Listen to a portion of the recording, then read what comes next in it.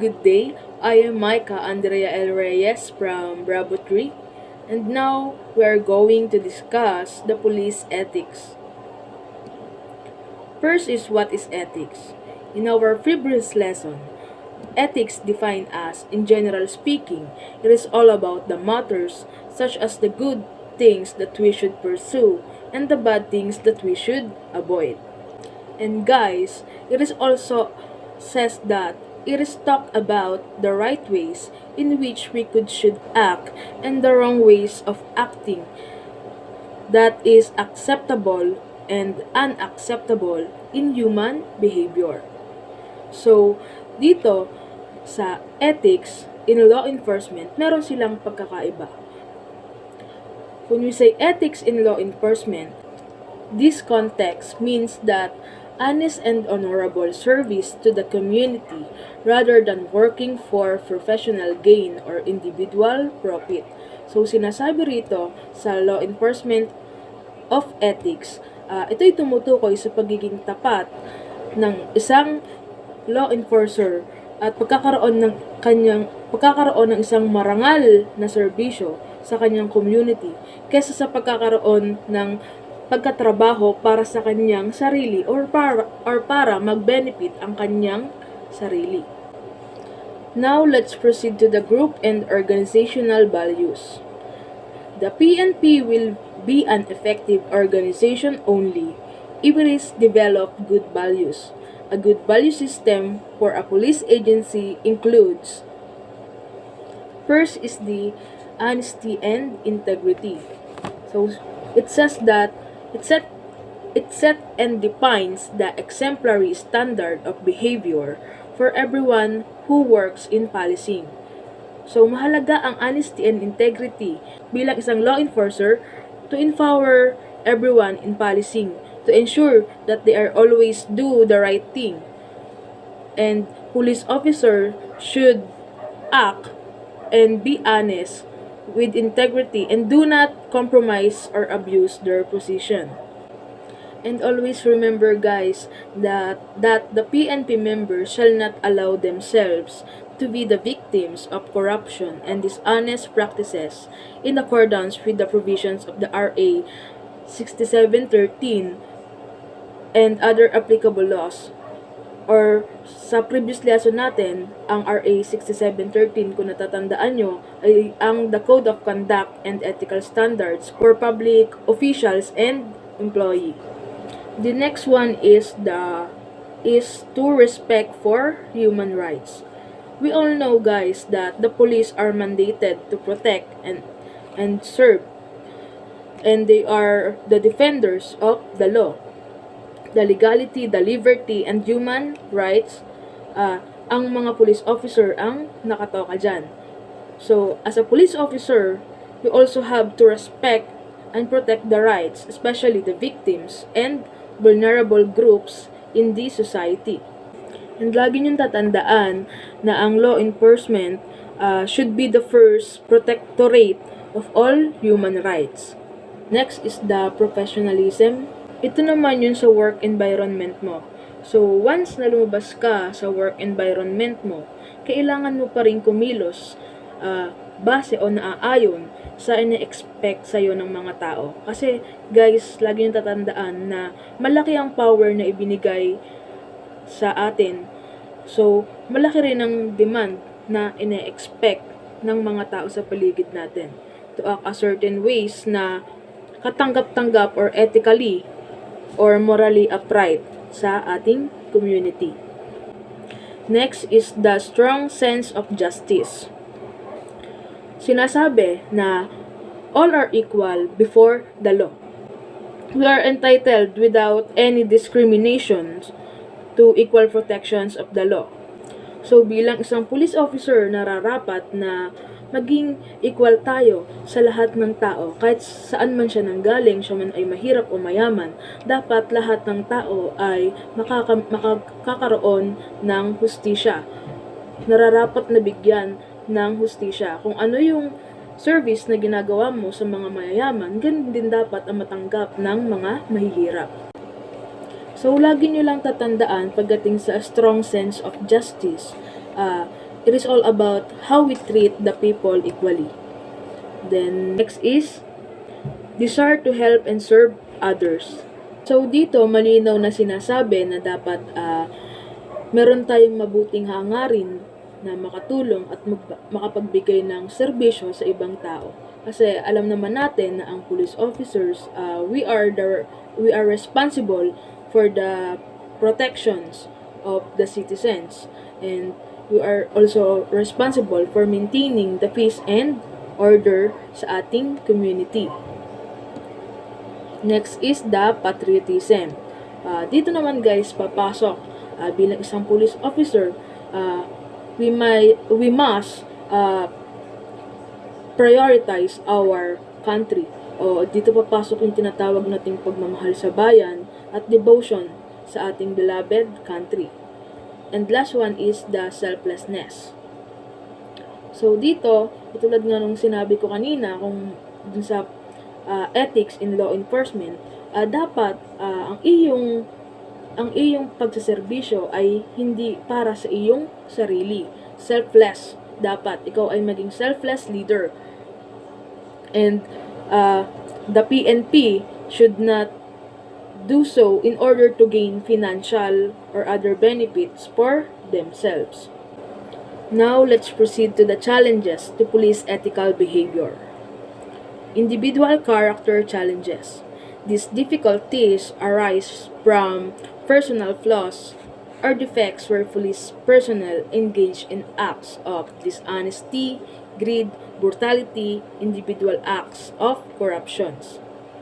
So, dito sa individual character challenges, sinasabi na umuusbong ang character challenges o nagkakaroon tayo ng individual character challenges kapag ang isang tao ay merong flaws sa kanyang sarili or defects na humahantong sa pagiging hindi maging tapat o magiging isang sakim o brutal o at ang higit sa lahat ay pati yung pangungurakot. Example nga po guys ay a police officer stops a motorist or a truck driver for a traffic violations, and the motorist offer a small amount of cash not to issue a traffic citation. So dito, ito yung kalimitang nangyayari sa atin na imbis na alam niyang may nagawang violation itong driver, imbis na tikita natin or i-report, tumatanggap sila ng halaga kapalit yun sa violation para hindi sila magkaroon ng violation. So, parang sa madaling salita, pinagpapalit nila yung kanilang dignidad or sabihin natin ang integrity sa maliit na halaga. Next one is the organizational challenges. It says that it is more difficult to deal with or mas mahirap na kinakaharap natin. Example, police agencies that engage in corrupt practices include such activities as offering protection rackets to allow criminal gangs to continue business while demanding a percentage of criminal gains. So dito, ito yung kalimitang napapanood natin sa mga TV or kahit alam naman natin ngayon na nangyayari pa din, which is merong mga piling or may mga ilan na law enforcer na pilit pinagtatakpan yung mga, especially sa drugs, yung mga gangs, para sila ay meron ding porsyento na tinatawag. So, pagtatakpan nila o bibigyan nila ng protection yung gangs na yon, then meron silang makukuhang porsyento dun sa mga drugs na ibinebenta ng gangs na to. Now, let's proceed to the police officer's creed and stand on basic issues. The police officer's creed. I believe in God, the supreme being, the great provider, and the creator of all men and everything dear to me. In return, I can do no less than love Him, above all obeying His word, seek His guidance in the performance of my sworn duties, and honor Him at all times. So sa statement na to, sinasabi na every police officer must have the commitment and devotion to our Lord and always seek guidance in performing his or her duties. Next, I believe that respect for authority is a duty. I respect and uphold the Constitution, the laws of the land, and the applicable rules and regulations. I recognize the legitimacy and authority of the leadership and obey legal orders of my superior officer. So in this statement, respect and seniority is a must. For example, it is important to listen carefully or apologize when appropriate or take responsibility for our actions. Even though sometimes you are being treated disrespectfully, you must maintain your sense of self-respect by moderating your behavior and not letting yourself get dragged down to level of the person who is treating or disrespectfully. Next is I believe in selfless love and service to people. Towards this end, I commit myself to the service of my fellow men over and above my personal interests. So katulad ng sinabi ko kanina, like what I said, the PNP member should not allow themselves to be the victims of corruptions and dishonest practices in accordance with the provisions of Republic Act 6713, which is the Code of Conduct and Ethical Standards for Public Officials and Employee. So next, I believe in the sanctity of marriage and family life. I shall set the example of decency and morality, shall have high regard for family life and value of marital fidelity. So, dito sa statement na to, they shall be faithful to their lawfully wedded spouses. The reason kung bakit ine-emphasize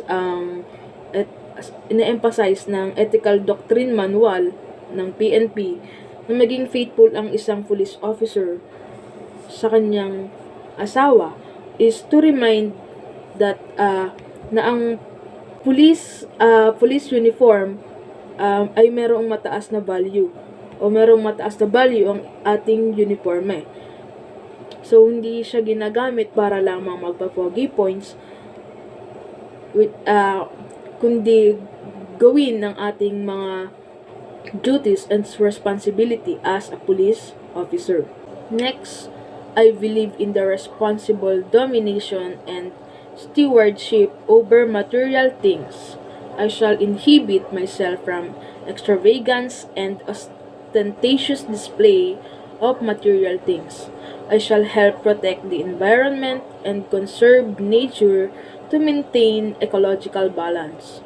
So dito sa statement na to, ine-emphasize na as a police officer, hindi lang dapat sa tao tayo nagbibigay ng serbisyo, kundi kinakailangan din na pahalagahan natin ang ating environment, especially ang nature. Next, I believe in the wisdom of truthfulness. I must be trustworthy and I shall uphold the truth at all times. So dito sa statement na to, sinasabi na as a police officer, kinakailangan tayo ay mapagkakatiwalaan. Sa lahat ng pagkakataon, kinakailangan na sabihin natin ang katotohanan. Kahit ito man ay dapat wala tayong pinapaboran. Kahit pa sa ating sarili o magbe-benefit ang ating sarili, kinakailangan na tayo ay maging fair o kailangan nating palaganapin ang truthfulness. Now, let me read the police officer's pledge. The police officer's pledge. I will love and serve God, my country, and people. I will uphold the Constitution and obey legal orders of the duly constituted authorities. I will oblige myself to maintain a high standard of morality and professionalism. I will respect the custom and traditions of the police service, and I will live a decent and virtuous life to serve as an example to others. Now let's proceed to the PNP stand on basic issues. The deployment and employment of PNP personnel require the organization and its members to bear their stand on the following basic issues. First is the PNP image. The image of any organization affects the esprit de corps, moral and welfare of the members, and sense of pride to the organization.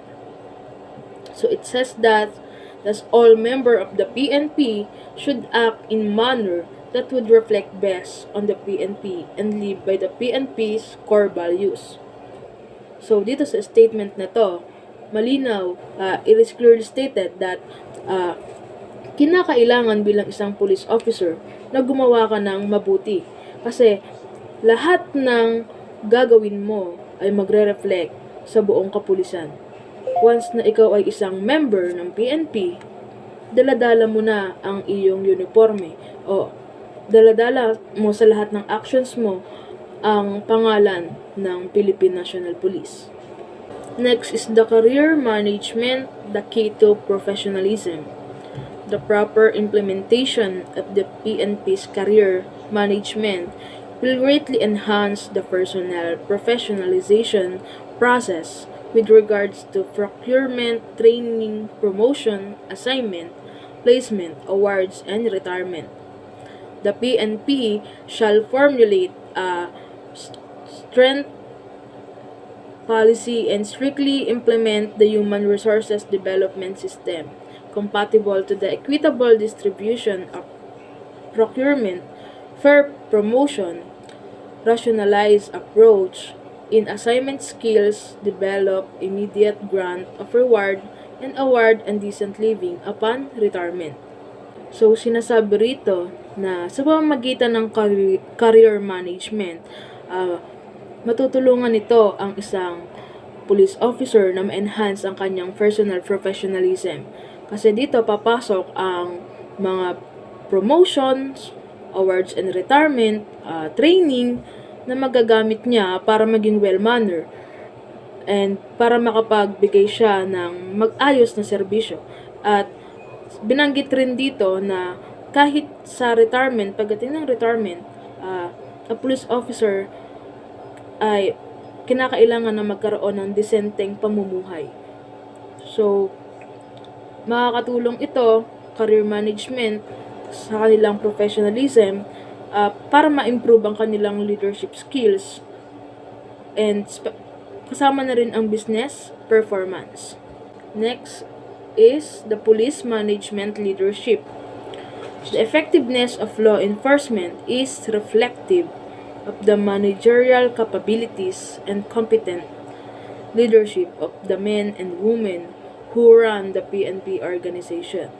These attributes must therefore be one of the primary bases for consideration in the selection of personnel for employment and deployment purposes. So dito sa police management leadership, sinasabi na it was the primary basis for consideration in selection of personnel for employment and deployment purposes. Kasi dito, mas tinitingnan yung kakayahan ng isang police officer kung kaya niya na bang mag-lead sa isang specific situations. And dito sa police management leadership, it may be an autocratic or democratic. Kasi pag sinabi nating autocratic or democratic, it is more hostility and lower moral, but it's also have a higher quality of work.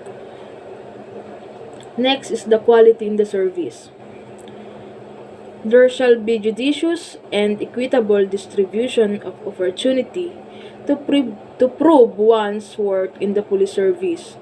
The problem on inequity through class orientation and factionalism, but real and perceived premise on favor assignment, inequitable opportunity of training, unfair granting of promotion, and untimely awarding of achievements will create an atmosphere of demoralization.